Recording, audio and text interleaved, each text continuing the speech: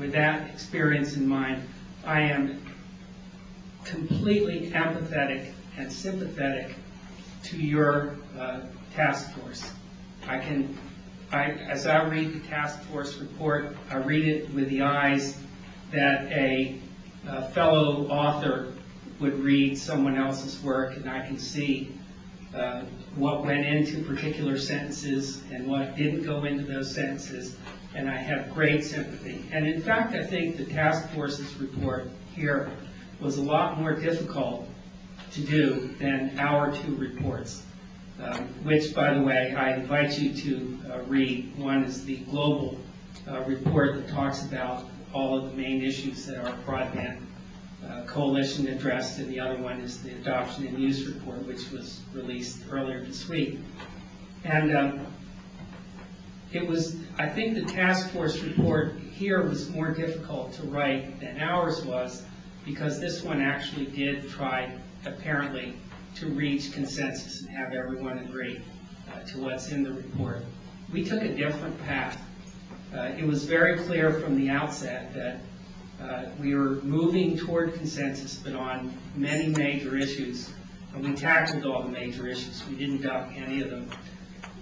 We were not going to be able to agree. And so rather than to try to find language that everybody could sign on to, we emphasized what the issues were, what the priorities among the issues were, and what the range of policy options and views as to those policy options were.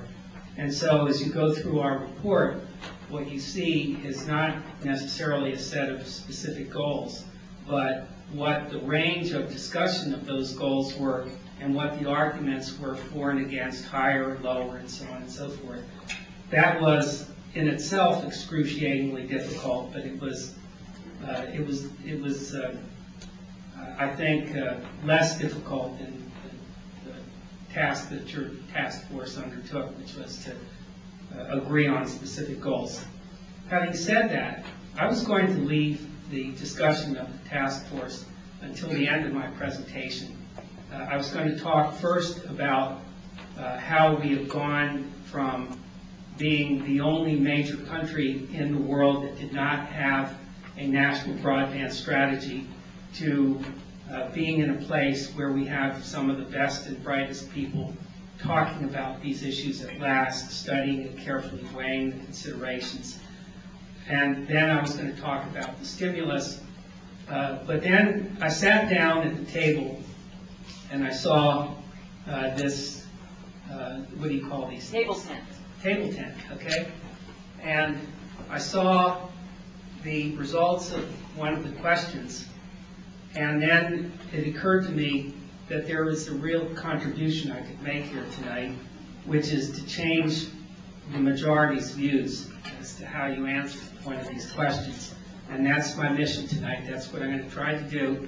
And I'm going to try to, at the end, take another poll and see whether any of you have changed your views, okay?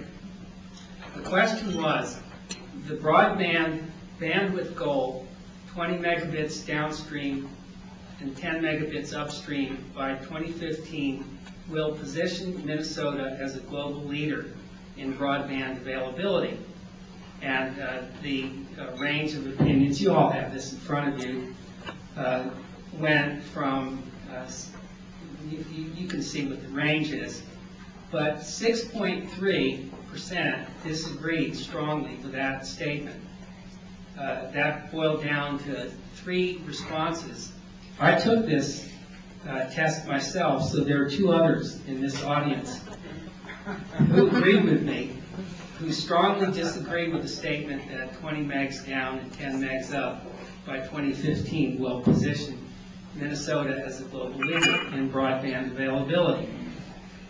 So when I saw that, I asked Bernadine whether I could run up to my room and bring down my computer and share with you a tool for appreciating and understanding the relationship between bandwidth speeds and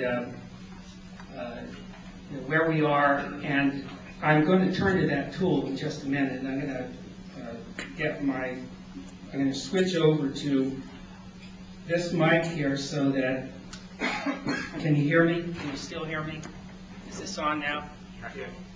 How about now? Look it up.